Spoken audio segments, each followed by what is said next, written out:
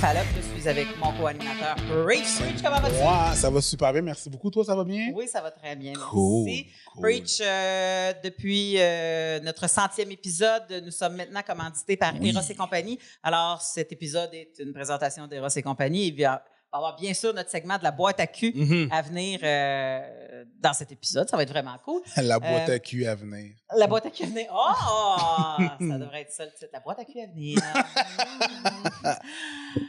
Bref. J'aimerais parler aujourd'hui de testostérone. Le show de Mike en 90.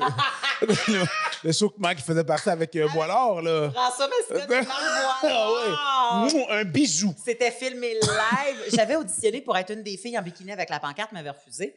Moi aussi, mon fusée. J'étais juste trop jeune. Là, si, j'ai jamais auditionné pour ça. Mais Preach, oui. Oui, moi, oui. Moi, oui, par contre. Moi, c'est... Écoute, être pancarte girl, that's my thing. That's Those who your don't thing. know.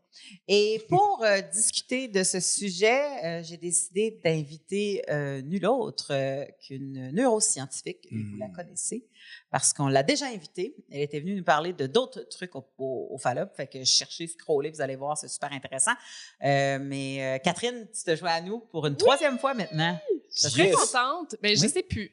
Mais quelques fois. Une, deux, trois. Tu étais venue en formule pandémie quand on était tous chez nous. Ouais, on avait fait un live, puis on avait parlé d'orgasme, me semble, puis de cerveau. Tu m'avais ouvert bien les yeux sur le pourquoi, quand quelqu'un me traitait comme de la merde pendant 2 semaines, mais que je recevais un texto de « Salut, je m'ennuie de toi que ça avait effacé toute le marde de 2 semaines. On avait parlé de mémoire émotionnelle. De mémoire émotionnelle aussi, oui. Des pushs de sérotonine, puis de dopamine, bien renforçant, puis tout ça, ouais. Exactement. OK, oui, ça se peut fort bien. Je me rappelle, c'était le début de la pandémie. Oui. Ouais, on était bien confinés, je me souviens de ça. Le début de tout ça, là. Exactement. Et puis, à un moment donné, j'ai fait, mais mon Dieu, s'il y a une des hormones qui est importante en sexualité, c'est bien la testostérone. Quand je dis sexualité, c'est vraiment at large, le corps sexuel. Tout. Oui. Ben, je me suis dit, parlons de testostérone avec toi. Puis tu as fait, ben oui, on va en parler. Premièrement, c'est quoi la testostérone? On va mettre tout le monde au parfum. On y va avec la base. La testostérone, c'est une hormone sexuelle. Dans le fond, ce qu'on sait, c'est qu'il existe 3 principales hormones sexuelles chez l'humain. Là. Fait que hommes, femmes confondus, il y a la testostérone, il y a l'estrogène et la progestérone. Tu sais, souvent, on a pour préconception de dire la testostérone, c'est une hormone des hommes. Estrogène, progestérone, c'est l'hormone des femmes. Mais c'est important de savoir que tout le monde sécrète de tout ça. Là. C'est comme ça qu'il l'enseignait avant, tu sais. Mais oui, mais puis même encore aujourd'hui, tu sais, quand on essaye de vulgariser, on va dire les hormones mâles, les hormones femelles, mais c'est pas le cas. Là. C'est plus complexe que ça. On sécrète tous de ces hormones-là, mais bien entendu, c'est le patron qu'on va utiliser pour les sécréter qui est différent. C'est-à-dire que les filles, malheureusement, on cycle. Okay? Donc, on cycle. Fait que estrogène, progestérone bougent pendant le cycle menstruel. C'est ça qui fait en sorte qu'on a des SPM, qu'on ovule, qu'on est menstrué, etc. Tandis que les hommes, eux, ils cyclent pas. Fait que ces hormones sexuelles-là vont être sécrétées toujours dans les mêmes quantités. Puis, bien souvent, les hommes vont avoir des concentrations de testostérone qui sont plus élevées que celles des femmes, en général. En général. Puis vis-à-vis des situations pas le fun, comme vis-à-vis de l'agression, vis-à-vis des stresseurs, etc., les hommes vont avoir plus de ce qu'on appelle la testostérone réactive. Ça veut dire que vis-à-vis de l'agression, il va y avoir une plus grande augmentation de testostérone que nous, les femmes. OK. Il y a bien des choses là-dedans. Quand tu dis que les hommes ne sont pas cycliques, est-ce que leur testostérone est semblable toute leur vie? Exact. En fait, non. Il y a des périodes... Chez l'adulte, la testostérone va être stable en général toute la vie, tandis que chez les enfants, jusqu'à la puberté, la testostérone va être sécrétée dans de très, très faibles quantités. Puis il faut attendre une période qui précède la puberté de quelques semaines, voire quelques mois, pour qu'il y ait des petites push de testostérone qui commencent, puis c'est là qui mue. Là. Tu sais, c'est là que la voix... Ben voyons! Ça, c'est un petit poussé de testostérone. La testostérone, comme un Vitex sur un Honda. Ouais. En fait, pour savoir... La fois que j'ai vu mon beau-fils muer, il était en crise. C'est ça vient. Non, mais c'est parce qu'il était fâché, fait qu'on dirait que ça va avec ce que tu dis. Il était en colère, fait que là, la testostérone a augmenté. Puis, ça va pas comme nécessairement tel quel, là, mais... Puis, il avait fait comme « arrêtez de me niaiser! » Oui. Puis là, t'es pas capable d'arrêter de rire. Ça fait... Ça a fait la même chose avec ma soeur. À un moment donné, j'étais fâché. Puis ça, c'est sorti. Puis elle a fait comme, ah non, je peux pas te prendre au sérieux, là. On l'a vécu, là, ça, là. Mais non. Regarde, va dans ta chambre. Elle était pas comme ça. Va dans ta chambre, reviens dans 30 minutes. On va reprendre où est-ce qu'on était, là. Je te donne une chance. Mais ça... Mais tu sais, c'est épouvantable en plus parce que cette période-là, tu sais, la période de la puberté, on la connaît bien, là. Tu sais, on l'utilise dans le langage commun, là. Tu sais, la fille a ses règles, etc. Tu sais, ça, c'est la puberté. Ouais. Puis la période qui est juste avant, tu sais, qui est celle qui est précédée de comme quelques semaines, voire quelques mois, là, dépendant des gens. Chez la femme, on appelle ça la phase de la ménarche. OK? C'est le mot. OK? Ça, c'est la ménarche. Non, attends une minute. Chez l'homme. Excuse-moi. Chez l'homme. La ménarche. Oui, la ménarche. Mais chez l'homme, c'est pire. On appelle ça la spermarche. Oh my God! On dirait que se sont forcés pour me mettre en tabarnak. La ménarche, la sperme. Voyons donc. Là, tu vois, j'ai monté un petit peu de testostérone parce que je suis en crise. T'as-tu qu'elle s'appelle les mots? Oh my God, qui a pensé à ça? Mais la science. C'est parce que, c'est comme... C'est parce que ça sonne comme... Monarche. Mais c'est ça sonne comme une vieille reine sec. Ouais, puis la spermarche, c'est comme un vieil chaussette sec. Bon, deux sœurs jumelles, ménarche et spermarche. Les deux sont sèches puis mouillées. Oh my God! Tu sais, pour savoir si un gars entre en spermarche, là, le premier signe... C'est dur d'être pris au sérieux en ce temps-là. On dirait que tu mues. Tu peux pas dire ce mot-là. Le premier signe, c'est le wet dream. Fait qu'à partir du moment où il y a des wet dreams qui se produisent, ça, c'est un signe que l'hypothalamus, là, qui est vraiment la glande maîtresse du cerveau, fait comme tu peux te reproduire. Puis là, elle commence à envoyer des signes In the night. In the night. Elle l'a haché, puis elle l'a saupoudré. Spermache. Là, bientôt, la puberté va arriver. Fait que c'est ça. Mais le wet dream, on a parlé souvent dans d'autres podcasts parce qu'avant, ça s'appelait des pollutions nocturnes. C'est effrayant, c'est tellement critique. C'est vraiment ça. Des pollutions nocturnes. Mais ça, c'est l'Église. Oui. Tu penses que tu sauves la planète, mais en même temps, c'est très réprimant. Ça, c'est de la pollution nocturne. C'est comment, j'en ferai plus de ça. Mais c'est très biblique, très... oui, vraiment. Ouais, vraiment. Alors que dans les faits, ton cerveau, tout ce qu'il essaie de t'envoyer comme message, c'est bientôt, mon petit gars, tu peux te reproduire. T'es prêt? C'est ça. C'est des signaux comme que les testicules reçoivent les hormones du cerveau qui sont sécrétées par l'hypothalamus puis par la pituitaire. Okay. Là, ça commence à se rendre par petites batches aux testicules. Fait que là, elle peut faire un petit peu de testostérone une fois de temps en temps. C'est ça qui permet justement d'éjaculer la nuit, puis etc. Oui, parce que l'orgasme avant l'éjaculat existe. Il y a des jeunes qui se masturbent ou qui se stimulent, puis ils ont le feeling de l'orgasme sans avoir rien qui sort. Puis souvent, quand ça sort, ils paniquent au début parce que si personne leur a dit qu'il y avait quelque chose qui sortait de là, ils pensent qu'ils ont brisé leur pénis. Mais comme ça veut dire que on est fait pour avoir du plaisir même avant d'être fait pour se reproduire. Oui, les nerfs sont là. C'est hyper évolutif. Il faut que ce soit le fun, sinon tu le referas pas. L'humain est foncièrement très paresseux. Là, fait que tout ce qui est essentiel à notre survie en tant qu'espèce ou en tant qu'être humain individuel, faut que ce soit le fun. Il faut qu'il y ait une gratification. Oui, c'est ça. Fait que se reproduire, manger. Boire de l'eau quand tu as soif, avoir des interactions sociales. Parce que c'est important d'être ensemble pour pouvoir survivre. Oui, exactement. Fait que, tout ça, ça va amener ce qu'on appelle la sécrétion de dopamine. Ça procure du plaisir. Il y a plus de chances qu'on le refasse. Puis là, il y a des gens qui sont probablement à la maison qui s'entendent ça, qui font comme... Là, t'es en train de dire que les enfants peuvent avoir du plaisir là. Puis je me dis, hey, rappelle-toi le jet de la piscine. Ben oui. On a tous passé par là. OK? Le jet de la piscine, c'est ça, là. C'est pas désagréable. Non, c'est une belle découverte d'art. Ah oui, ben oui. On va se le dire, là. On va pas se mettre.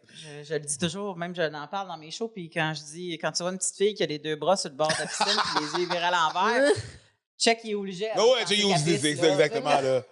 C'est ça, exactement, là. Là, je t'ai entendu dire que la testostérone se produit dans le cerveau, mais ça donne le signal aux testicules, parce que souvent, moi, j'ai entendu dire la testostérone se produit dans les testicules. Oui. En fait, la testostérone, en soi, se produit dans les testicules.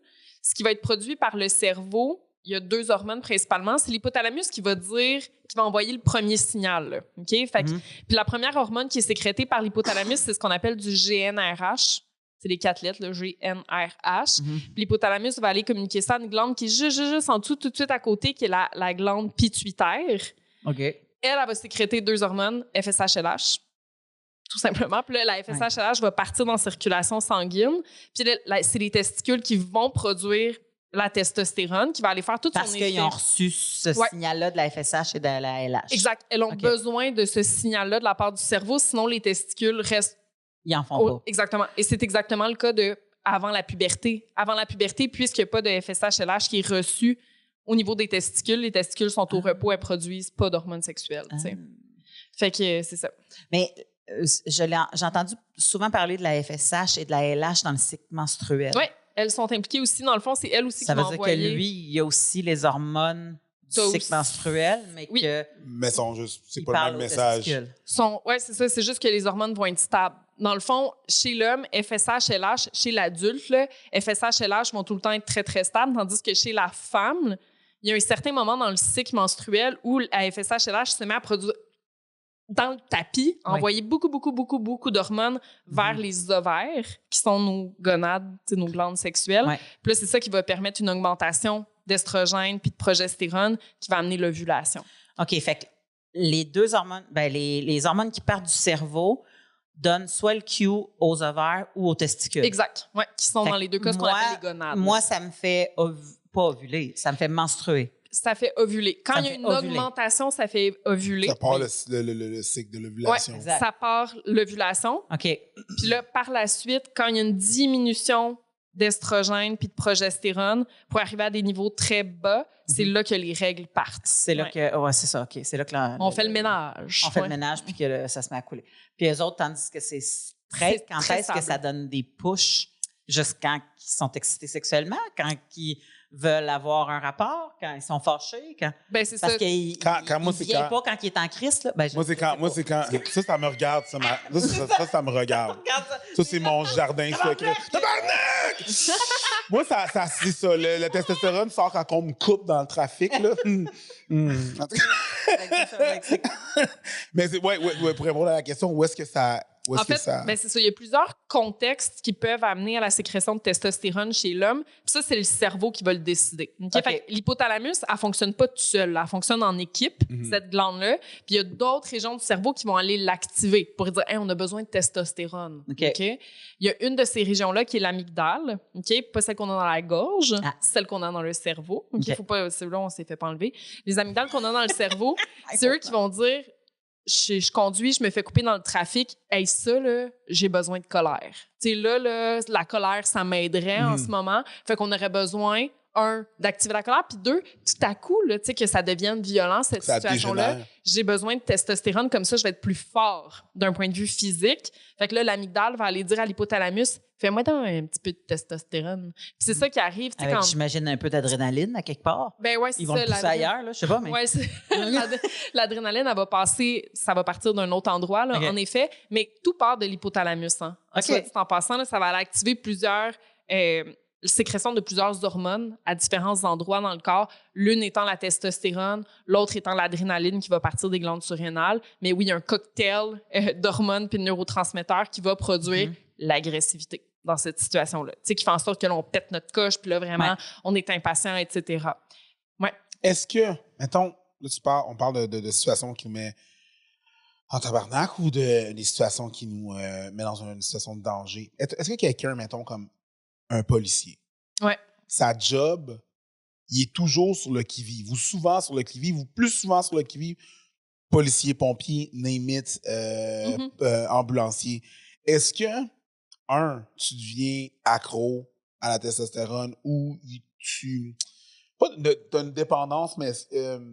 pas vraiment une dépendance, mais est-ce que ça te suffit plus, fait que ton cerveau en produit plus parce que t'en as toujours besoin de plus en plus, c'est tout le temps sécrété, tout le temps suscité? Bien, c'est une bonne question, puis il y a deux pans de réponse. La première, c'est que souvent, les métiers qui sont plus dangereux, fait que policiers, ambulanciers, pompiers, etc., vont attirer des gens qui ont des traits de personnalité plus masculins. OK?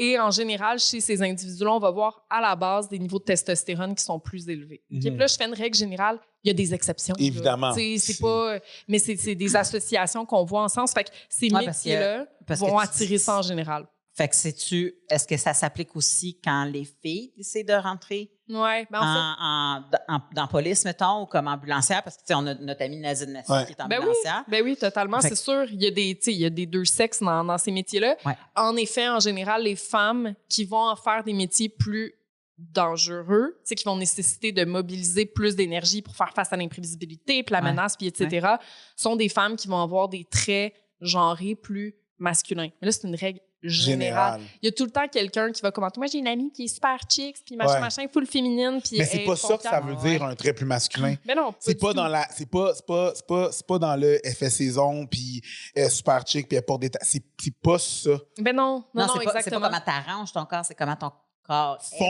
comment il fonctionne. Il est plus poilu, je sais pas c'est quoi les. Mais c'est pas des traits plus masculins, une mâchoire plus carrée, des traits plus poilus, des épaules larges. Il y a des traits physiques. Fait que la mesure ultime, ça va être de mesurer la testostérone. Fait que on peut prendre des mesures ponctuelles chez les gens puis estimer, bon, par rapport à la moyenne pour ton âge, ton sexe, ton statut socio-économique, le pays dans lequel tu évolues, etc., on s'attendrait à avoir telle concentration de testostérone. Chez toi, on voit, par exemple, telle concentration. Donc, biologiquement parlant, il peut y avoir des traits qui sont plus masculins, comme la pilosité, la carrure des épaules, la libido. C'est donc plusieurs aspects comme ça, mais d'un point de vue du genre, socio-culturel, fait que comment tu te présentes en société, il y a aussi des traits qui sont plus masculins puis d'autres plus féminins. Puis je vous donne l'exemple le plus classique qu'il y a, c'est les jobs dans lesquels tu entres en relation d'aide. Okay? Fait qu'être infirmière, médecin, travailleur social, psychologue, en général, ça va être plus des femmes qui vont être dans ce type de milieu-là. En général. Encore une fois, il y a des oui, mais mon père est infirmier. Femme ta gueule. C'est vrai.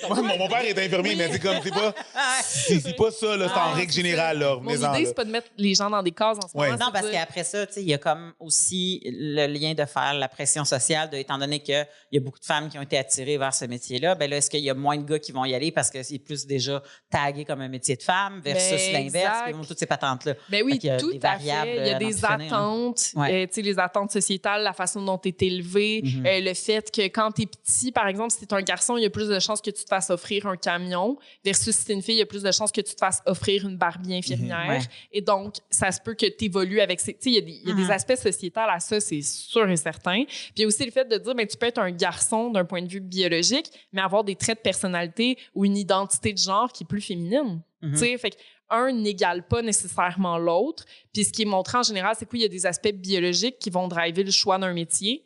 Avoir des niveaux de testostérone plus élevés, par exemple. Il y a la façon... prouvé. Moi, ça me fascine, cette conversation-là, parce que je ne l'ai jamais eu avec personne. Souvent, on disait c'est comme ça qu'on a buildé la société. Le clergé est devenu... il était en politique, puis les sœurs s'occupaient de l'éducation, puis de l'infirmière. Fait que c'était comme, on dirait, la religion qui avait décidé qui va où. Il y a ça, mais il y a beaucoup de recherches qui ont été faites par rapport à ça. Surtout quand on parlait, mettons, là, quand on parlait de, mettons, le gap entre les paies de différentes les payes. Sauf que il y a plusieurs nombres qui ont été les nombres, les chiffres sont pas nécessairement bien regardés, ou est-ce que souvent quand on dit un homme médecin va pas faire le même prix va pas gagner le même prix qu'une femme médecin, mais ça dépend aussi qu'est-ce que ces médecins-là choisissent. Les hommes aussi vont choisir un certain type de métier qui va être payé plus cher. Puis les femmes qui vont être des médecins aussi vont souvent choisir un autre métier qui va peut-être, mettons, être payé moins cher. Une spécialité qui va payer, en étant médecin quand même, tu sais. Fait qu'il y a ça aussi qu'il faut prendre en ligne de compte. Mais ça rentre aussi dans ce qu'on a, puis ce qui est un peu. Oui, puis comment qu'on installe la société, puis qu'on décide de mettre une plus grande valeur à quelqu'un qui construit un building versus quelqu'un qui éduque nos enfants. C'est ça. Exactement.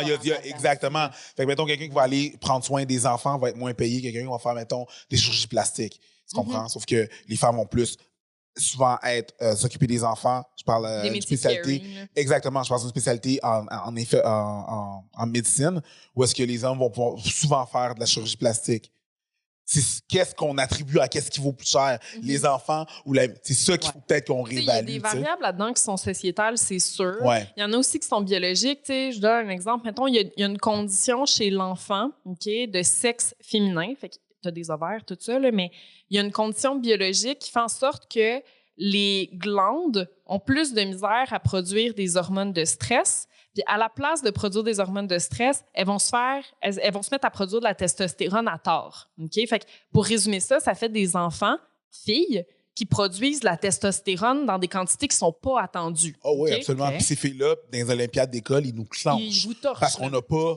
Non, c'est absolument vrai. Parce Oui, oui, que jusqu'à temps que la puberté arrive, là, on parle. Ouais. Là. Ça, on appelle ça l'hyperplasie surrénale congénitale. Okay? C'est le nom de la pathologie. Puis ça fait vraiment des petites filles que d'un point de vue des organes génitaux externes, là, ce qu'on voit, le clitoris peut être hypertrophié au point où on dirait un petit pénis. Un petit pénis, OK? ouais. Puis chez ces filles-là, dès le plus jeune âge, on voit, malgré le fait que ça a l'air physiquement d'être des filles, puis sont élevées comme des filles, ils ont une préférence pour les jeux masculins, pour les couleurs masculines, pour les vêtements qui sont plus masculins.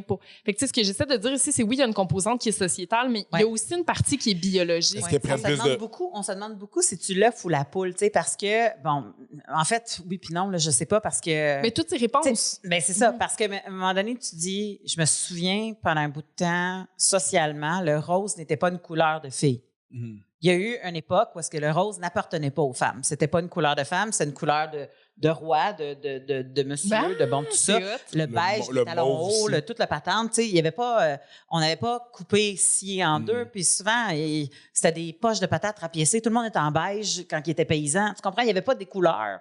Ça faisait pas partie de l'éducation de mettre une couleur qui était rose puis une couleur qui était bleue. C'est la commercialisation qui a décidé que, mais mon Dieu, moi, si tu as un garçon puis une fille, je vais être capable de te vendre deux sortes de vêtements. Il y a aussi pas que tu passes les vêtements de ton garçon à ta fille. Il y a aussi l'affaire que dans ce temps-là, mettons les rois et les reines, teindre le linge coûtait énormément cher. Déjà, à la base, il fallait que tu aies du linge blanc. Il fallait que tu raffines le coton, le tissu de ton linge. Après ça, il fallait que tu ailles chercher des couleurs très chères. C'est pour ça que le mauve est attribué à la royauté, parce que c'était très dur à aller trouver, puis c'est une couleur qui coûte cher à reproduire, tu sais. Fait que tout le monde te bêche parce que ça coûtait cher. Ben oui, C'est juste avoir du linge Il y a d'autres couleurs. resté à la mode aujourd'hui. Oui, c'est ça, exactement. C'est très trendy. Là, Ouais, le beige. exactement. Le beige est très trendy. Je suis très à la mode, comme vous pouvez voir. Mais fait que ça, pour moi, je trouve ça fascinant de voir que qu'un camion représente... C'est ça qui arrive, c'est que ça représente quoi, un camion? C'est quoi de la testostérone? C'est du dur. On veut des affaires dures. C'est weird. C'est vraiment weird. Est-ce que ces filles-là qui ont plus de testostérone, est-ce qu'elles prennent plus de risques? Est-ce qu'on parle si on parle de plus de testostérone, on parle de prendre plus de risques aussi? Ça, c'est une question qui est vraiment compliquée à répondre parce que souvent, chez l'enfant, avant la puberté, la prise de risque entre les garçons et les filles va être similaire. Puis arrive le moment de la puberté. Puis là, ce qu'on appelle le lobe frontal, dans le cerveau, qui est une région qui permet de réguler la prise de risque, l'impulsivité, les émotions, etc., commence à se développer bien plus vite chez les filles. La fille. Ben oui. Ouais, c'est ça que chez le garçon. Ce qui fait en sorte que chez les garçons ados, là, c'est du freelance. Genre vraiment, là, tu sais, la prise de risque est comme, mon Dieu, tu sais, à un moment donné... À quoi tu pensais? Ben, je pensais pas! Mais c'est parce que ça donne les scènes de... Ils sont cons, ils font du couchsurfing avec des chars, gang de cons! Puis eux autres sont comme... Ça donne ça.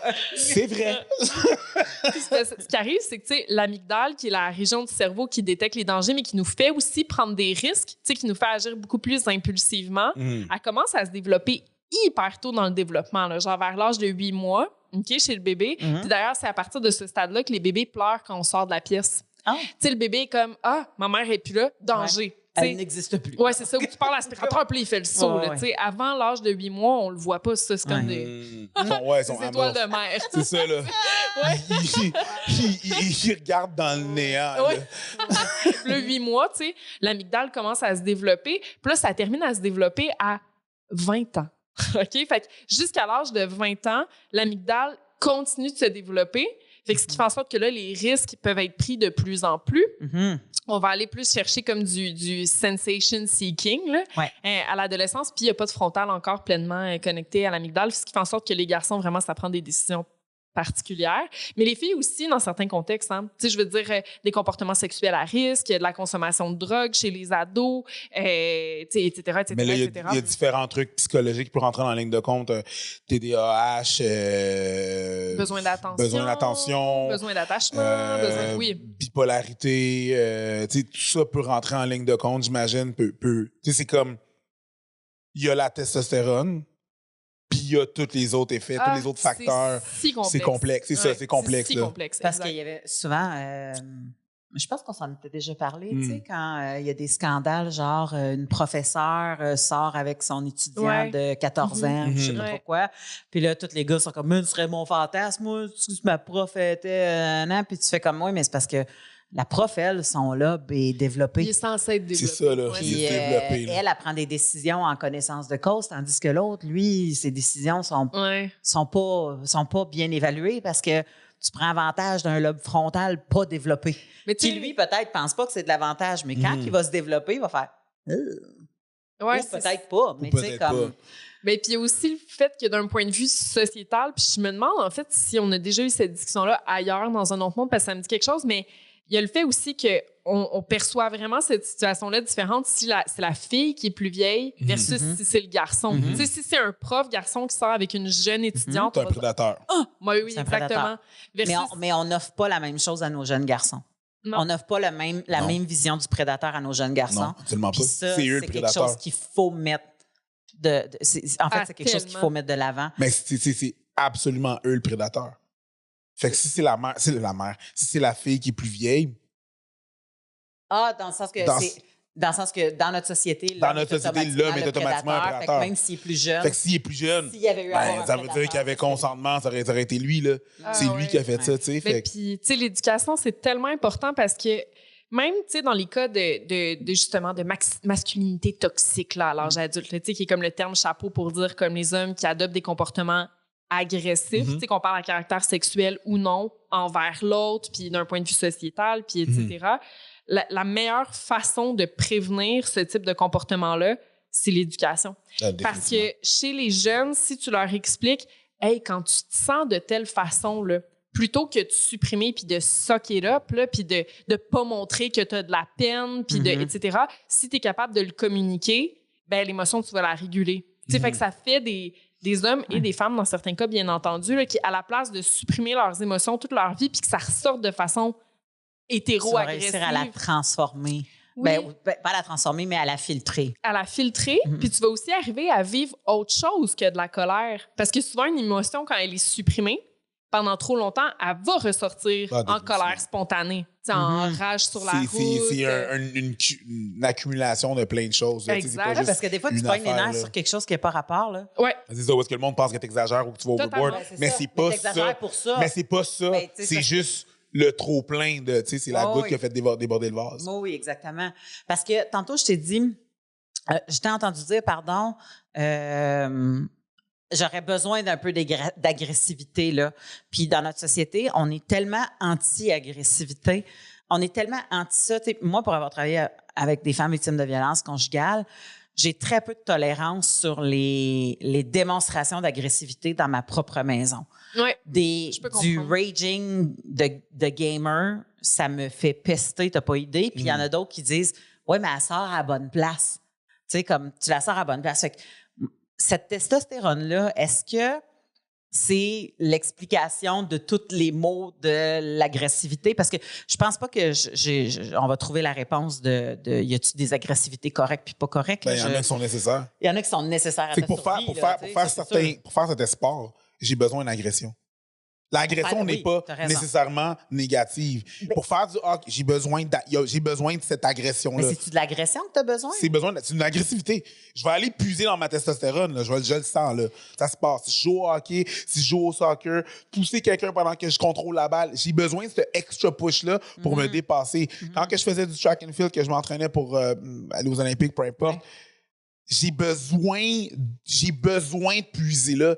C'est pas juste que je pousse comme fonte au gym que j'ai besoin là, pour donner mon extra push, mon extra edge. Faut que j'aille chercher là, tu sais. Oui, bien, il y en a beaucoup que je sens qui vont chercher dans leur colère pour se motiver, mais j'ai quand même le feeling qu'il y a des athlètes qui vont aller chercher dans le zen pour se motiver, tu comprends? Fait que je sais pas, tu sais, comme à quel point c'est tout le temps la colère qui va faire que tu vas être le plus performant. Mais c'est juste qu'on utilise le mot colère parce que... Ou l'agressivité. Parce que c'est très proche, là. Mais c'est pas nécessairement ça. Tu sais, c'est comme les gens qui pensent qu'un orgasme puis une éjaculation, c'est la même chose. C'est très proche. C'est l'homme, c'est très proche. Très, très, très, très proche. Mais c'est deux choses différentes. Ouais. Je pense que l'agressivité puis la colère sont très, très, très, très, très, très, très proches. Tu sais, c'est comme un diagramme de Venn là, qui se chevauche. Il y en a un, c'est l'émotion, puis l'autre, c'est l'action de l'émotion. C'est le comportement. Exactement, c'est le comportement. Mais c'est pas nécessairement de la colère.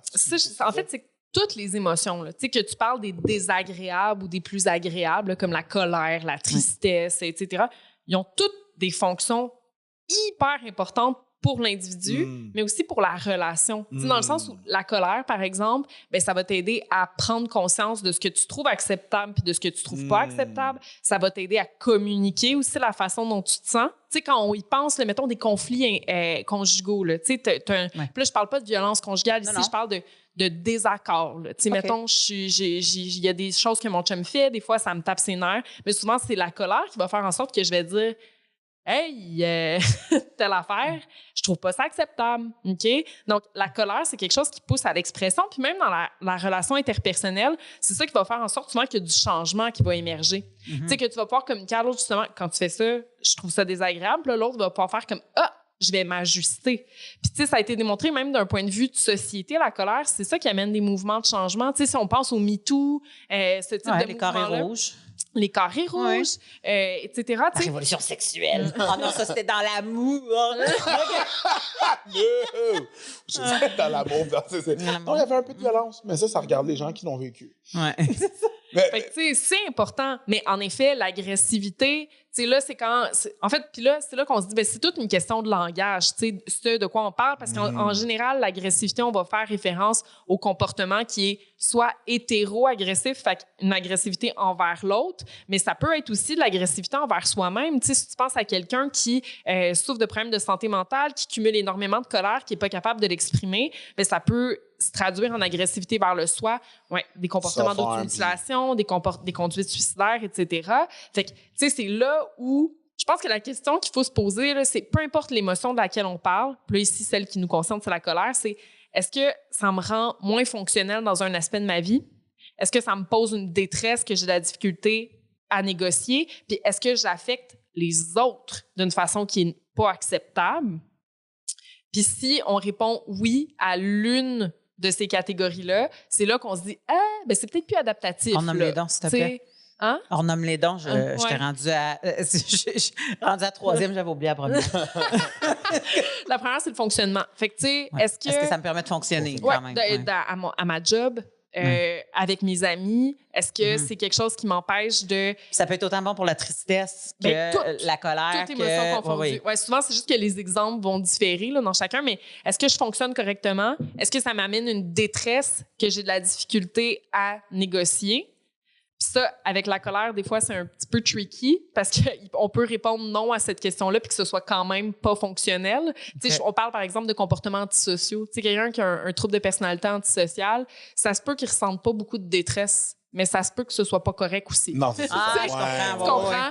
Puis, et donc, troisième question qu'il faut se poser, surtout dans ces cas-là, c'est est-ce que je crée du mal à quelqu'un autour de moi? Quelqu'un ou plusieurs individus, tu sais. Puis là, si on répond oui à fonctionnement et ou détresse et ou est-ce que je cause du mal, bien, c'est là que l'émotion ressentie est plus adaptative. Là. Puis là, il faut aller consulter, s'informer, parfois prendre la médication, etc. Fait que, tu sais, Bref, tout ça pour dire que les émotions sont essentielles, mais quand on parle d'agressivité, écoute, les études qui ont été faites le plus là, sur l'agressivité, souvent, ça va être dans des populations qui présentent encore une fois beaucoup de testostérone, c'est-à-dire les prisonniers, les délinquants, puis ceux qui vont perpétrer de la violence conjugale. Tu sais, on va souvent cibler ces populations-là. Est-ce que la testostérone, mettons là que, grosse situation, pas vrai, là, Preach se ramasse en prison. Quand il va sortir de prison, est-ce qu'il va avoir plus de testostérone? Ah non, c'est une super bonne question. De base, peut-être pas. Okay? Donc, si je mesure ta testostérone pendant, mettons, 30 jours, à tous les jours, okay? Pré-prison, puis que je refais le même processus post-prison, tes niveaux de testostérone vont potentiellement être les mêmes. Ça devrait être les mêmes. Ouais. Mais ça dépend de ce qui s'est passé en dedans. En fait, ce qui peut changer, après avoir fait un séjour en prison, c'est la testostérone réactive. Oui, vu qu'il peut avoir des traumatismes. Ben, c'est que là, le cerveau, lui, il se met en mode défense. Détresse, défense. Puis pour pouvoir bien se défendre, entre guillemets, si t'es dans la forêt, là, t'es entouré de menaces sauvages. On te sort de la société. Là, dans ce contexte-là où t'as beaucoup de menaces physiques à ton intégrité, t'as besoin de testostérone parce que ça te rend plus fort. Fait que quand t'es dans des contextes de vie adverses comme ça, puis que tu fais face à beaucoup de menaces dans l'environnement, le corps finit par s'adapter à cet environnement dangereux-là, puis à te donner plus de testostérone en réaction aux situations stressantes. Même qui chose ne sont pas nécessaires une fois que tu es sorti. Ben, c'est ça, qui sont plus nécessairement adaptatifs. OK, mais là, ça va te prendre une régulation là, parce que la façon que tu réagissais en dedans était efficace. Mais une fois que tu es sorti, c'est comme tu réagis à 10 sur 10 quand ça en prenait 3 sur 10. Quand quelqu'un te coupe sur l'autoroute. Oui. Même chose pour quelqu'un qui est allé à l'armée. Oui. Là, qui surréagit. Puis là, dans le fond, c'est la cause de son syndrome post-traumatique parce qu'il a tout le temps être sur le qui-vive. Donc, quelqu'un qui va, t'es pas obligé de faire l'armée, là, quelqu'un qui peut sortir de prison peut avoir un syndrome post-traumatique. Sortir de prison, écoute, je vous donne un exemple de la vie courante. Là, okay? Quand tu fais un sport de compétition, okay, tu joues au tennis, tu gagnes ta game de tennis. Là, okay? Il va y avoir une augmentation de testostérone chez le gagnant. Okay? C'est comme j'ai une victoire, etc. Jusque-là, ça va, mais là, on se rappellera, testostérone peut égaler comportement agressif. Okay? Je gagne ma victoire, tout est cool.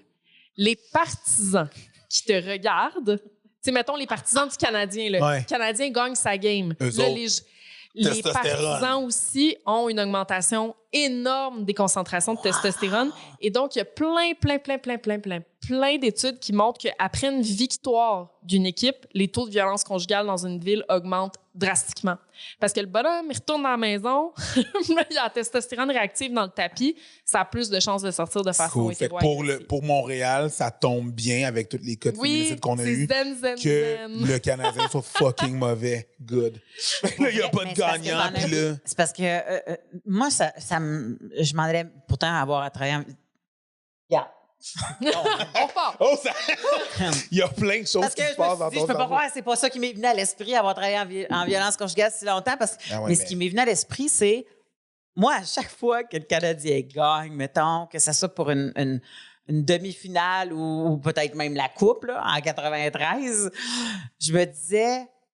Voyons, tabarnak, ils ont gagné. Pourquoi ils sont fâchés puis qu'ils pètent des vitrines? Mais c'est ça. Ah, mais c'est ça. Saccager, partir des feux. J'étais comme, t'es heureux, là. T'es heureux, là, t'es content. Des patentes. C'est parce que les hormones, qu'on parle de testostérone ou d'hormones de stress, ça résonne. Okay? C'est-à-dire que si je suis stressée, je suis dans l'autobus, là, je m'en vais faire une entrevue, je suis bien stressée. La personne qui est à côté de moi, ça se peut qu'elle aussi, elle sécrète des hormones de stress. Okay? Fait qu'il attends un peu, parce que toi, t'as sécrété des hormones de stress? Bien sûr, ouais. C'est pour ça que j'ai ça, être dans des pièces avec des gens qui sont nerveux. Tu sais, il y a des... On sent le stress de l'autre personne et là, on va sécréter. On se sécréter pour lui? Exact. Puis plus tu connais cette personne-là... On est chill, toi. On est chill, that's right. Mais c'est vrai, puis c'est pour ça qu'il y a cette espèce de phénomène-là qui ressort dans les couples aussi, tu sais. Je veux dire, le fait d'être avec quelqu'un qui est calme, ça peut te calmer, mais le fait d'être avec quelqu'un qui est anxieux, ça peut te rendre plus anxieux, tu sais. Puis même chose avec un enfant, tu sais, je sais pas si t'as déjà remarqué, mais après une journée super stressante, là, tu rentres à la maison chez vous, puis là, tu sais, t'es plus sénère, puis etc. Ça se peut que le petit ou en tout cas, tu sais, moi, je le vois avec mon garçon, là, mon petit se met à faire des mauvais coups, et je le trouve super gossant. Puis je suis comme, mais voyons, crime, tu sais, j'ai une mauvaise journée, tu peux-tu te gérer? Mais lui, il répond à moi. Il à toi. Ben oui, c'est ça, tu sais, je sécrète des hormones de stress, fait que lui aussi. Puis il est venu te rejoindre, il s'est mis à la même longueur d'onde. Oui, c'est exactement. Tu sais, fait que, en tout cas, tout ça pour revenir au bouton, dans les cas de partisans... Synchronise sur le Wi-Fi, toi, chose. Ben, c'est ça qui arrive. Exactement ça. Tout le monde, depuis tout ce temps-là, les gens n'arrêtaient pas de dire « Oh, les filles, vous synchronisez vos menstruations, Chris. » Nous autres, on synchronise notre testostérone. C'est quand même... Ben, dans la même pièce, j'imagine que si tout le monde ressent cette euphorie-là, si on reprend l'exemple du Canadien, tout le monde se synchronise, c'est ce qui se passe. C'est ça, exactement. Il y a une synchronie qui se produit. Puis, tu sais, il y a aussi d'autres études qui vont avoir tendance à démontrer qu'on a tendance à diviser la responsabilité quand on est dans une grosse foule. Ce qui veut dire que si je pète une vitre, on a pété une vitre. On a pété une vitre. C'est ça, tu sais, la personne va se sentir moins responsable parce qu'il y a plusieurs personnes qui sont impliquées dans le geste. Fait que c'est sûr que ça aussi... Parce qu'on exclut la personne qui parle. There you go! Tout est dans tout. Mais ça va aussi à l'inverse, cette beauté-là, parce que, tu sais, pour faire de l'humour, nous deux, il y a quelque chose qui se passe dans une salle de gens qui sont heureux ensemble. Puis c'est pour ça que je dis tout le temps, l'humour, c'est pas un art de ton salon. C'est un art de spectacle. Oui, tu peux nous regarder à la télé, là, si tu veux. Pas la même chose. Mais il y a quelque chose qui se passe dans une salle une énergie qui n'est pas palpable. Le nombre de spéciaux Netflix que j'ai regardés, que j'étais comme, c'est drôle. Mais si j'avais été dans la salle, c'est sûr que je serais fendu en deux. Là, Exactement. Fait que je pense que ça doit être ça aussi. Tu sais, je cherchais tout le temps, je disais tout le temps, non, il y a quelque chose qui n'est pas palpable dans une salle d'humour. Tu entends les autres rire, sentir, mais j'avais jamais pensé que les hormones de un pouvaient venir comme mais il y a aussi, teinter les tiennes. Puis dans ce contexte-là de rire, c'est l'oxytocine qui va être très impliquée dans ce processus-là. Puis il y a l'oxytocine, mais il y a aussi la sérotonine qu'on a tendance à sécréter quand on est content. Question. Yes. Oxytocine, c'est ce que nous autres, on sécrète. Oxytocine, tout le monde en sécrète. Ouais. OK. Tout le monde. Quand je disais nous autres, je parlais de l'humain, là, pas des hommes ou des noirs. Les noirs avec des dreads. Quand je disais nous autres, là, je parlais de les humains. L'oxycodine fait la même chose, mais ça, c'est chimique? Non, je pense pas que c'est la même chose. Never mind then. Okay. Non, je pense pas que c'est la même chose, honnêtement, parce que ça, c'est un antidouleur. Mais ça donne une espèce de sens d'euphorie de là. Ouais, non, je suis pas sûre que ça joue ces mêmes ondes. Never mind. Franchement, je suis pas certaine, mais ce qui est très similaire, par contre, c'est morphine, dopamine, puis endorphine. Morphine puis endorphine, les deux créent une espèce d'effet d'apaisement. Puis dopamine, c'est l'inverse? Dopamine, c'est ce que tu sécrètes puis qui va te rendre comme... dopamine, dans le fond, c'est là pour renforcer le comportement. Fait que la dopamine, ce qu'elle va faire, c'est faire en sorte que tu vas avoir le goût de te remettre dans cette situation-là. Tu sais, fait qu'à chaque fois que le corps vit quelque chose de satisfaisant, comme un orgasme, tu vas sécréter de la dopamine qui va faire on refait ça de même. C'est ça. C'est sûr que la scène fait ça. Oui. Parce que la première fois que j'ai fait de la scène, je suis débarquée de la scène, j'ai fait faut que je remonte. Ah non. La première quand tu fais des gros coups, là, ou quand tu as un standing ovation, ou quand tu sais que t'as rentré fort, là, le high est incroyable. Le low fait mal aussi, par exemple. Papa. Le low fait vraiment mal. Faut que tu te bookes un show pas longtemps après si tu veux rester sur ton high. Les premières fois que je faisais, quand je commençais à faire de l'humour, je me rappelle en 2019, on a fait un super gros show à l'extérieur avec Juste pour rire. Puis il y avait 28 000 personnes dehors. Ça m'a pris 2 semaines. À redescendre. T'étais bien encore. Mais non, j'étais encore là. Parce que ça aurait pu faire le contraire. Ça aurait pu faire le contraire que le lendemain, tu vis ton high, puis là, le lendemain, tout de suite, c'est comme le corps entre en craving. Tu sais, il veut comme revivre ça tout de suite. Ça faisait ça quand je faisais de la danse. Mais quand je faisais de la danse, je travaillais dans une job de marde aussi. Fait que, mettons, le dimanche, j'étais une superstar. Le lundi, tu m'appelles mais ça va rappeler Rogers que je peux avoir un numéro de téléphone sans fil, commençant par le code régional. Tu comprends? La réalité faisait mal, là. Puis ça, le lot était... Moi, c'est le lot qui me prenait 2 semaines à me remettre. Ça. Souviens-tu, je ne sais pas si tu as vu, il y a un clip qui roule souvent sur les enfants de la télé, qui est la fille qui faisait la mère dans merde, 1981, genre? Ouais, 1981, 1981. Oui. Puis elle faisait la mère qui gueule après, tu sais, comme le super... Là, en ce moment, elle joue dans Le Temps des Framboises. Je ne sais plus c'est quoi son nom. Puis dans l'affaire, sur le plateau de Les Enfants de la télé, ils ont montré son speech de trophée parce qu'elle avait gagné un trophée pour ce rôle-là. Puis il a dit ce qui était un peu bizarre pour toi, c'est que, tu sais, qu'est-ce que tu as fait le lendemain pour célébrer puis tout ça? Puis elle a dit, mais je suis allée cogner à la porte de ma cliente pour aller faire son ménage. Parce qu'elle a dit, il y a de la maudite bonne actrice qui est assise sur son divan ou qui fait des ménages ou qui attend des appels au Québec. C'est juste qu'on les voit pas. Elle dit c'était un autre monde. Là. Elle a passé de gagner un trophée puis puis le lendemain, toc. Sa cliente a fait, il me semblait aussi que tu étais bizarre. Même pas une félicitation, là. C'est pour ça que t'es weird. Parce que t'as gagné un trophée. Parce que, ça paraît que t'es une actrice. Mais je sais pas quoi, mais ça a dû être une... Oui, mais c'est le switch d'émotion est juste fou, là. Mais elle racontait pas pleurer.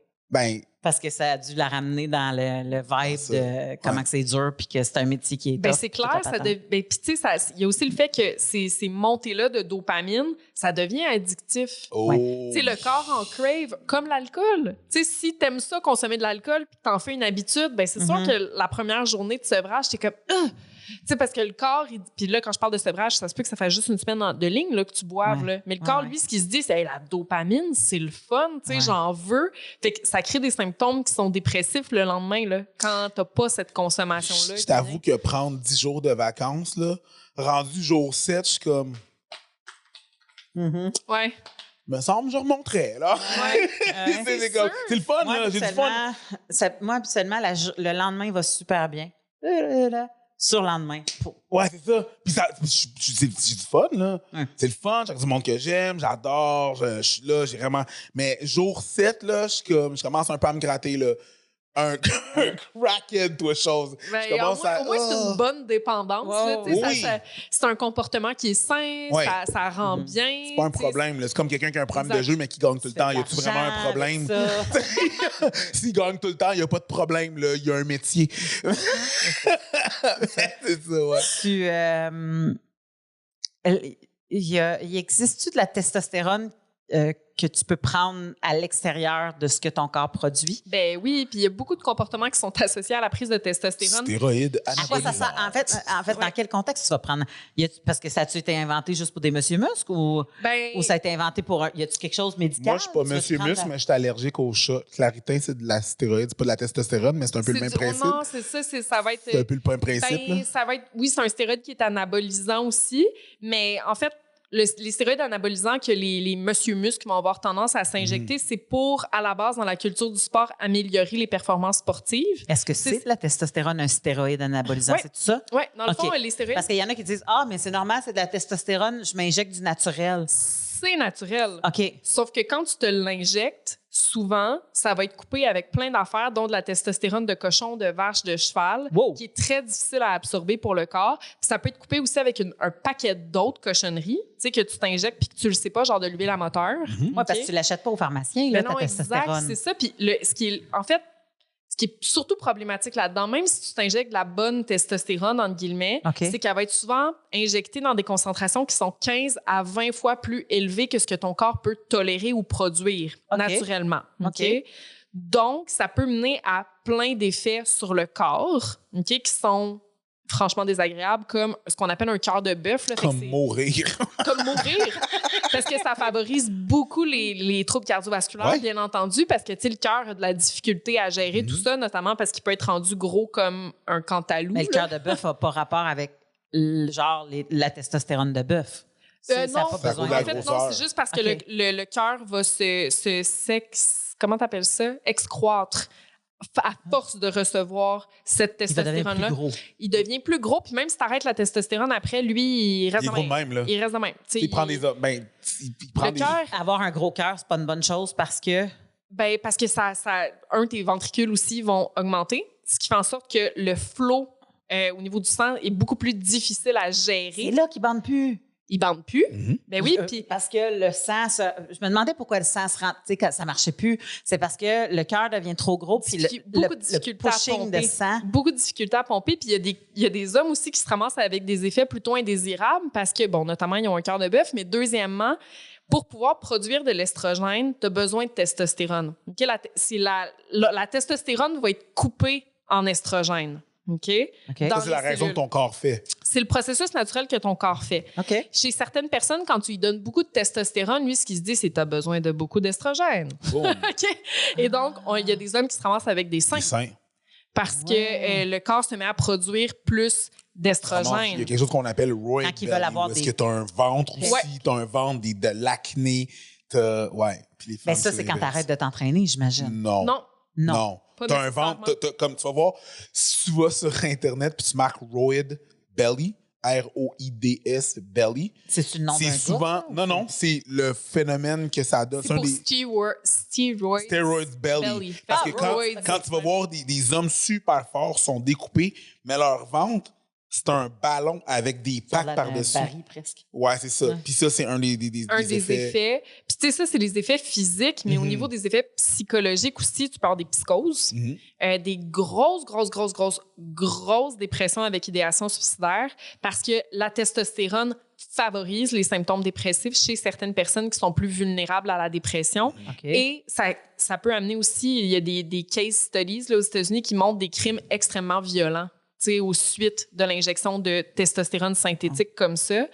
Fait que c'est pas bon. Non. C'est pas- J'avais entendu parler de trucs bien violents suite à des commotions à répétition. Tu sais, je sais qu'il y a des, ça des peut hommes modifier qui la ont eu, personnalité. mais je savais pas que ça faisait partie de l'injection Imagine. de fausse, de la vraie testostérone. Mais comme synthétique. synthétique, c'est ça. Je Ouais. savais pas que ça faisait J'ai déjà partie. entendu des arguments. Mais les filles aussi, vous prenez des hormones, tu sais, la pilule, machin. Tu sais, Ouais. on prend des hormones C'est synthétiques. pas nécessairement bon non plus. là. Ben, un, c'est pas nécessairement bon. Puis deux, tu sais, les conséquences sont bien moindres, là, on s'entend, mais en effet, ça peut Ils sont aussi favoriser. calculés dans le sens qu'ils font partie maintenant d'un C'est les système. doses. Tu sais, c'est C'est les ça. doses qui sont vraiment pas les mêmes. Tu sais, quand on prend la pilule, les filles, on va prendre de très, très petites Ouais. concentrations d'hormones sexuelles. Puis c'est même... Ce qui va avoir un effet sur la cyclicité, là, c'est le fait qu'on la prenne en continu. Ouais. Tu sais, c'est le fait de la prendre sur tant de jours en continu qui fait en sorte que le cerveau fait « OK, je cycle plus. J'ai pas besoin de cycler, donc je veux le pas. Ouais. Tu sais, fait que le mécanisme est très différent que l'injection de testostérone dans des quantités astronomiques. Là, Puis bien ce qui est entendu. weird, c'est que les gars qui prennent justement des stéroïdes ou de la testostérone, c'est que là, maintenant, tu te dis que c'est soi-disant stable comme cycle. Là, quand tu fais des stéroïdes ou de la testostérone, on appelle ça des cycles. Fait que les gars, ils deviennent cycliques, ils ont des cycles, ils créent C'est leur quoi propre... les cycles, là? C'est comme Ben, pendant tant de jours. Pendant tant de 15 jours, tu fais millilitres tant de sur tant de testostérone, temps, après ça, t'arrêtes, après ça, t'en fais tant, t'arrêtes, t'en fais tant. Tu sais, fait que là, tu dérégularises un paquet de trucs. Hey, je suis intéressant Non, de non, savoir ce que c'est- ça fait, ça. Ben, j'ai parce une que couple- c'est un bon point. Ouais, j'ai Le une couple- cerveau n'est pas fait Ouais. pour recevoir Non, de on est, façon ben, mais cyclique. on n'est pas... Toute sa vie, le gars, il n'a jamais eu de cycle. Le gars, il n'a jamais eu de cycle. Puis là, boum, il se fait des cycles. Fait que pendant tant de jours, boum, après ça, il arrête. Boum, il arrête. Écoute, il y a un gars... moi, ça m'intéressait. Je trouvais ça super intéressant. Pas d'en prendre, évidemment. Mais tout ce monde-là, tu sais, c'est fou. Puis, juste parallèle avec les filles, mettons, si vous prenez des hormones pour arrêter d'avoir des enfants, un coup que la job est faite, c'est tout. Tandis que les C'est gars, vrai, c'est... un coup, t'as Ouais, pas d'enfant, t'as pas d'enfant, Ouais, OK? oui, tu décides C'est d'arrêter pas mal d'en prendre. régulier. Les gars, Ouais. quand ils prennent... C'est piqûre Ça après tu deviens piqûre. addict, là. Après Ouais. piqûre, puis tu viens gros, énorme. Ben oui, parce que moi, j'ai une personne. Puis je ne donnerai pas de qualificatif pour pas qu'on l'identifie, mais j'ai une personne qui sortait avec un gars qui faisait du surentraînement avec, Et ça ferait peut-être de bigorexie. avec des injections puis tout ça. Puis il fallait qu'il prenne du Viagra. Absolument. Fait que là, il mélange testostérone puis Viagra en même Absolument. temps. Fait que t'imagines-tu Le cocktail, toi. le cocktail que ça donne? Le Puis cocktail. c'est quoi l'expression « ils ont des raisins secs »? C'est parce que est-ce que ça affecte leur Ouais. testicules puis ils peuvent avoir de la difficulté à se C'est qu'en reproduire fait, après? tu sais, quand, mettons, tu produis quelconque hormone, là, tu produis des hormones de stress. OK? Mhm. Fait que tes surrénales, qui sont les glandes inclus dans ce processus-là, produisent du cortisol. Le cortisol, à un moment donné, il remonte au cerveau.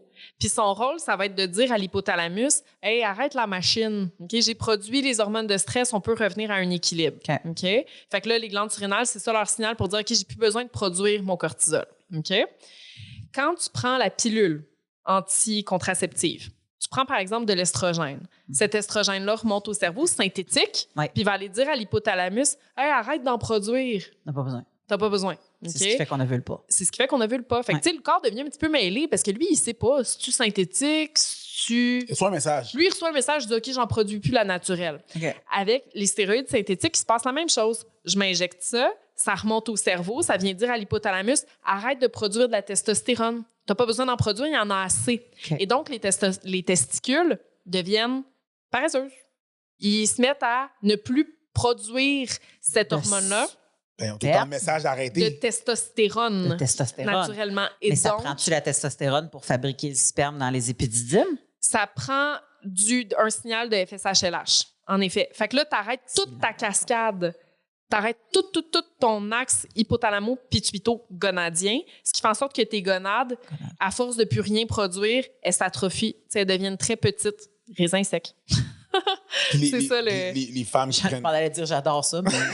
les femmes qui prennent de la testostérone pour s'entraîner, c'est l'effet contraire. Tu sais, genre la voix, la pilosité, la perte de cheveux aussi. Ils se ramassent à avoir de la calvitie. C'est parce que plus tu fais de testostérone, plus tu perds tes cheveux. D'où la raison pour laquelle souvent c'est un phénomène qui est plus associé aux hommes. Là, pour cesser la calvitie, ils vont prendre un médicament qui diminue les concentrations naturelles de testostérone. José Théodore.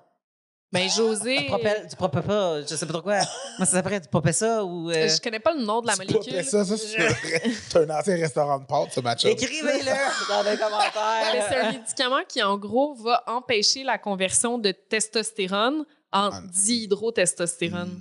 Qui fait tomber les cheveux. Qui fait tomber les cheveux. Okay. Plus tu as de testostérone naturellement, plus tu as de dihydrotestostérone, plus tu perds tes cheveux. Okay. Mais plus tu peux bander. Fait que là, quand tu prends le médicament pour la perte de cheveux, tu as des cheveux, mais ça peut être plus difficile de bander. On avait un invité chauve qui a déjà passé à un moment donné qui a dit que lui, dans son andropause, il n'y avait pas de problème pour bander.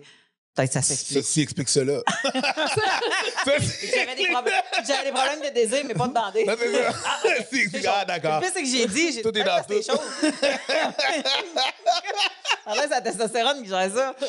Là, tu dis que le cœur, mettons, quelqu'un qui a un cœur de bœuf, il arrête de prendre la testostérone, son cœur ne revient pas. Non, exact. Fait que ça peut poser des problèmes cardiovasculaires assez importants. Puis moi, ce que je trouve le plus drôle là-dedans, ben c'est drôle, on s'entend. Inusité. Oui, c'est ça. C'est que toutes les études à ce jour s'entendent pour dire que la prise de testostérone synthétique ne change pas les performances sportives. Mais souvent, c'est pas pour les performances, c'est pour régénérer ton corps. Ben, c'est pour le look aussi. Ben, il y a soit pour le look, mais des fois, c'est pour la testostérone, ben pas les stéroïdes, c'est pour ton temps de récupération, essentiellement. Fait que tu la prends pas nécessairement pour bencher plus fort.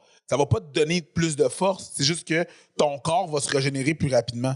Fait que, c'est pas nécessairement pour... En fait, tu vas bencher la même affaire, mais le résultat de tes muscles va être plus élevé. Parce que ton temps de recoupe, il est plus rapide. Mais je peux comprendre pour tout ce qui est, mettons, bodybuilding. Mais tu sais, pour une course de vélo, là, je la pogne pas. Non, c'est parce que c'est pas la test.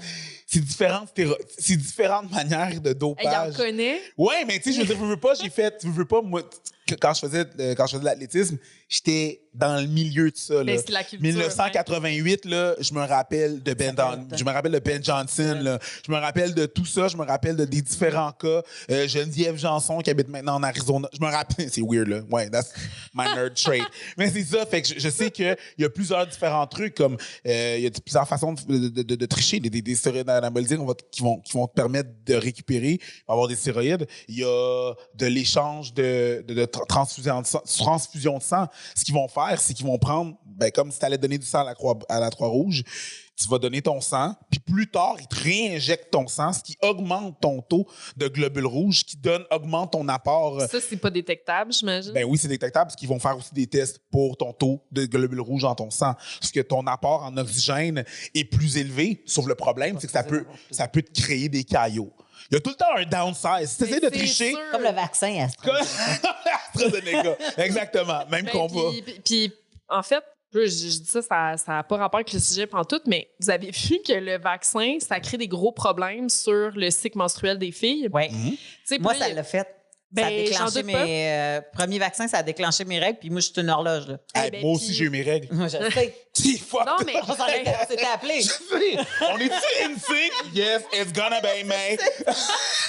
non, mais moi aussi, j'ai eu mes règles alors que j'ai un stérilet puis j'ai pas mes règles dans le Oh my God. Tu sais, j'ai jamais mes règles. Wow. Là, on veut pas tourner un podcast conspirationniste, là, mais Non, à la fin de la journée, c'est des faits. Il y a des recherches. Puis, tu sais, il y a une fille, une journaliste de chez RAD qui m'avait contactée, puis avec qui j'ai fait un reportage, puis elle a écrit un article là-dessus parce qu'elle s'intéressait à ce phénomène-là, puis elle a contacté plein de chercheurs à travers le monde qui ont travaillé spécifiquement là-dessus, les effets du vaccin Colombie-Britannique, ça a l'air qu'ils ont fait une grosse étude. Exact. C'est ça. Elle a parlé avec la chercheure de cette étude-là, puis j'en ai appris plein dans cette entrevue-là. Moi, mon rôle, c'était de parler de carrément d'autres choses, puis finalement, je pense que la journaliste m'a plus parlé. Je trouvais... J'ai appris plein d'affaires. Tant mieux. Puis, parce que moi, j'étais là pour parler des effets du stress du vaccin. Si t'es stressé par le vaccin, ça peut-tu avoir des effets sur le cycle menstruel? Mais tout ça pour dire que oui, on sait que les vaccins peuvent avoir un impact sur notre capacité à produire estrogène, progestérone. Ça a été démontré dans ce cas-là, ou en tout cas, il y a des évidences scientifiques assez solides qui nous mènent vers ce constat-là. Puis, ce qui est épouvantable, là, vraiment, dans ces études-là, c'est que les données préliminaires pour les vaccins de la COVID, puis là, je suis pas conspirationniste, je suis pas anti-vaccin, j'ai reçu tous mes vaccins, puis je vais les recevoir encore, mais ils ont été faits sur des macaques mâles. Mâles, seulement mâles. Mais ça, c'est le classique de la médecine. C'est le classique de la recherche solide. De la recherche puis de la médecine, de faire des affaires, de même pas savoir si ça changeait quelque chose sur différentes cultures puis sur différents sexes. Totalement. Auparavant, on recrutait même pas de femmes dans les études chez l'humain. Oui. En psychologie, là, dans mon domaine, c'est récent qu'on recrute des femmes parce que c'est trop compliqué. Il faut considérer, es-tu dans sa semaine? Es-tu trop compliqué? On va recruter juste des hommes. Il y a trop de données. Ouais, c'est mais ça. tu vas après ça administrer ça. Tu vas administrer ça à du monde à 7 qui sont des femmes, qui sont des... Oh my God! Ouais. Ben, à la moitié, à un peu plus que de la moitié de la Terre, disons-le, 52% maintenant. Je pense que c'est 51 maintenant. De femmes? Oui. C'est vrai? Pourquoi? Ouais. Ça a tout le temps été un peu plus... C'est bizarre. On sait-tu? Ouais. C'est l'eau.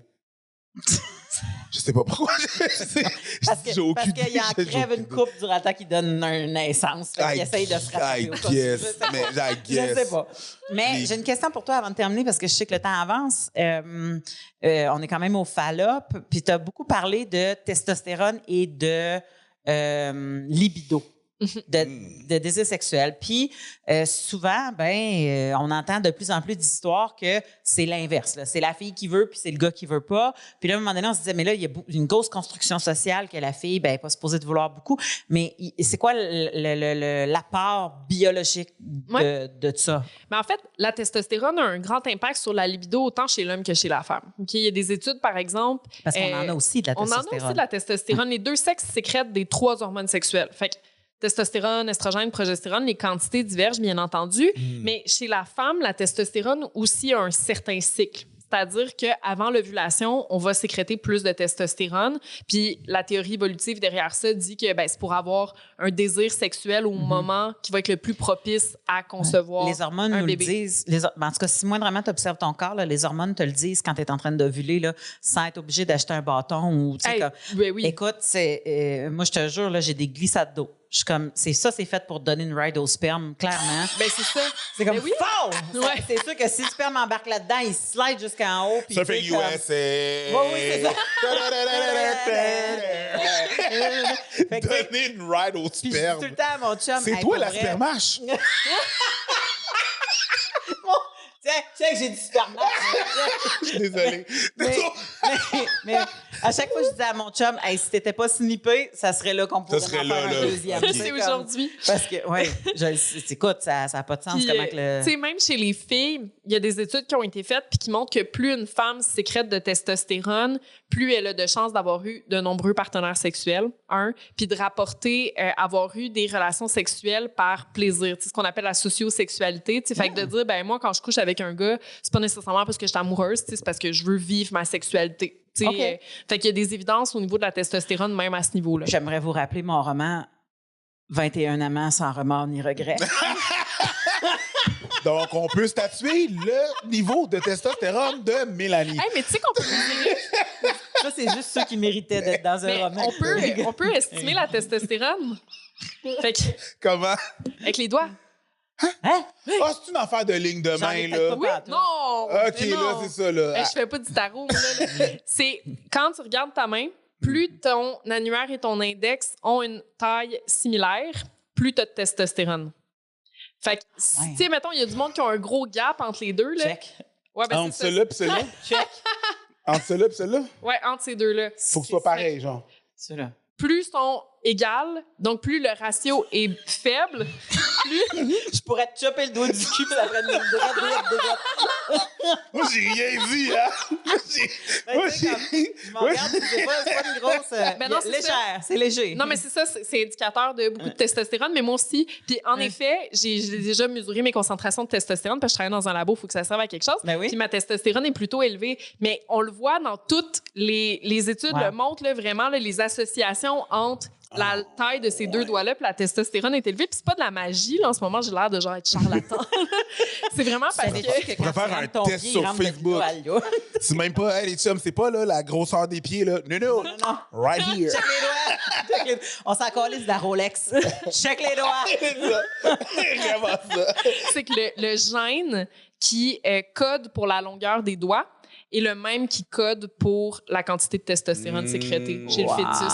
Fait que c'est des homéobox différents qui codent pour ces deux paramètres-là. Fait que c'est pour ça qu'on voit des associations grandement même. Fait que quand tu dates quelqu'un, regarde la testostérone. Donc, ça veut dire qu'une femme qui a les doigts similaires, mettons, disons ça comme ça, elle aussi peut avoir une libido élevée, mais élevée comparé au libido de femmes à la base. Ça serait plus ça, parce que souvent, on dit tout le temps, tu sais, les gars, ils en ont plus besoin, que les femmes.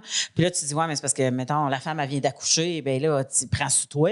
Puis tu sais, fait que là, il y a beaucoup de discussions, puis il y a beaucoup de gars qui vont mettre sur le dos de, ouais, mais moi, mon corps est fait de même, j'ai plein de testostérone, fait que j'en ai besoin. Puis tu sais, fait que souvent, je voulais juste dédouaner l'idée de, ben la testostérone explique peut-être que t'as plus de libido, mais tu sais, ça l'explique pas tes comportements de marde, là.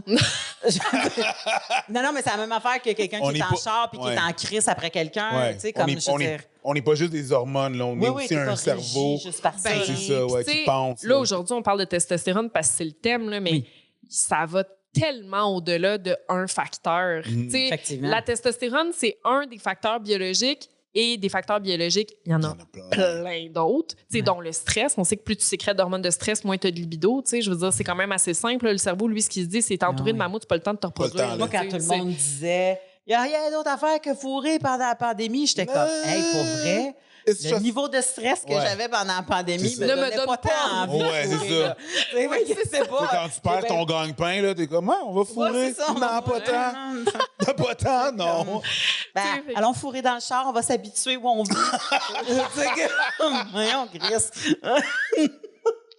Fait que la testostérone, c'est un facteur, mais il y a plusieurs facteurs. Ben écoute, moi, terminer cet épisode avec le test des doigts. Je suis certaine qu'il y a plein de monde qui sont de même depuis à la maison à se regarder les doigts. Merci, Catherine, d'être passée nous voir. Juste avant, il faut que... Ah, la boîte à cul! Oui! Ce segment vous êtes présenté par... Ce segment est présenté par la boîte à cul. La boîte à cul. Eros et compagnie. Est-ce qu'on va te demander? Oui, je suis là. C'est, ben regarde, il y a des petits sachets noirs. Tu vois rien, là, OK? Un petit sachet noir. Non, t'es pas obligé de... Petit sachet noir, gros sac blanc, la boîte que tu vois pas vraiment. Tu prends, tu rouvres, on en jase, puis après ça, on s'en va. J'y vais. Oh, there you go. Ça, tu dévales toi-même. Ça sonne dildo. Ça sonne, ça sent. Ça a la vibe. On salue PB Rivard! Ça la vibe. Ça la vibe, la vibration. Quand PB est en tournée, là. Oui, quand PB est en tournée. C'est un dildo. Oh! Ah, t'as pogné un nice. OK, attends, donne-moi 2 secondes. Ça, je sais exactement c'est quoi le match-up le lance. Ah ouais? Oh oui, non, là, on parle de... Cadillac. Non, ça ici, là, c'est un modèle qui non seulement bouge comme ça, mais t'as de la vibration, t'as de la succión ici. Donc, t'as un, comment qu'on appelle ça? Un clitoral sonic massage. Comment tu sais qu'il y a de la succión? Tu le vois quand... Parce que c'est habituellement, Non, quand mais- c'est une cope. Mais tu le vois, là? Ben, je le vois, regarde, c'est juste là, ici, là. Je sais pas si tu vois ici, c'est comme, Ouais. ah, tu vois pas très, très bien. En tout cas, le haut ici, là, ça, c'est pour le Ah, mais je l'ai clitoris. vu. Oui, je l'ai Exactement, vu, il y a un j'avais trou. pas vu. Mais Le- sache, Ouais, vas-y. excuse-moi, ben, sache que pour avoir essayé des gadgets qui ont, Ouais. qui ont de l'air d'un petit martien, là, comme, c'est pas tant une succion. Tu as l'impression que c'est une succion, Parce que mais ça c'est peut parce faire que peur après ça va d'abord. tellement vite, tu sais. Ça va. Excuse-moi. Je suis désolé. Je l'ai allumé, puis genre, il va stimuler le point G ici. Moi, je vais dire à PB que Preach il a Oh joué avec my. mon dildo. Wow! Wow! Mais c'est parce que c'est pas tant une succion, c'est que ça va tellement vite qu'à un moment donné, ça fait l'effet sur la peau. Tu sais, c'est. Mais je trouve que ton effet sonore de dildo est quand même pas pire. Oui, merci. je te donne Attends un peu, envie de vibrer. attends un peu, tu me poseras. Il est en plastique, là, on se permet. Oui, il est T'as en plastique. t'as une belle prise de recharge Oui. USB, un port USB, fait que t'as pas besoin de courir après des batteries. On sent que, oh mon Dieu, ben oui. Il hein. veut sortir de la Il il veut sortir du Ce plastique. dildo-là a des moves. Oh oui, non, non. Il y a des moves de hanche. Move like You gotta swagger. move like Jagger. You gotta move like Jagger. Puis il est quand même chromé, fait que tu peux te voir venir en même temps. C'est un peu weird. Mais plusieurs fonctions qu'on voit ici d'allumer. Pour vrai, je pense pas qu'on va le remettre à Eros et compagnie. Je pense que tu vas être heureuse de partir avec. Tu vas le fermer. Bon. Puis si jamais tu te rends compte qu'il y a une amie qui veut l'avoir plus que toi, ben Je peux le donner au suivant. Ben, au pire, allez sur le Eros et compagnie, puis mettez Fallop 15, le Fallop 15 FALLOPES 15. Vous allez avoir 15% de rabais sur tous les produits que vous allez avoir chez Eros et C'est pas compagnie. rien. Exactement. C'est pas rien, Vous êtes surtout bien smart. quand il y a des prix qui sont quand même importants pour les jouets maintenant. Absolument. Fait que gênez-vous pas, allez voir le site de Eros et compagnie. On remercie notre commanditaire qui est avec nous dans l'aventure des Fallops. Merci Catherine d'être venue nous voir. C'est toujours un plaisir de te recevoir. Plaisir. Viva la testostérone!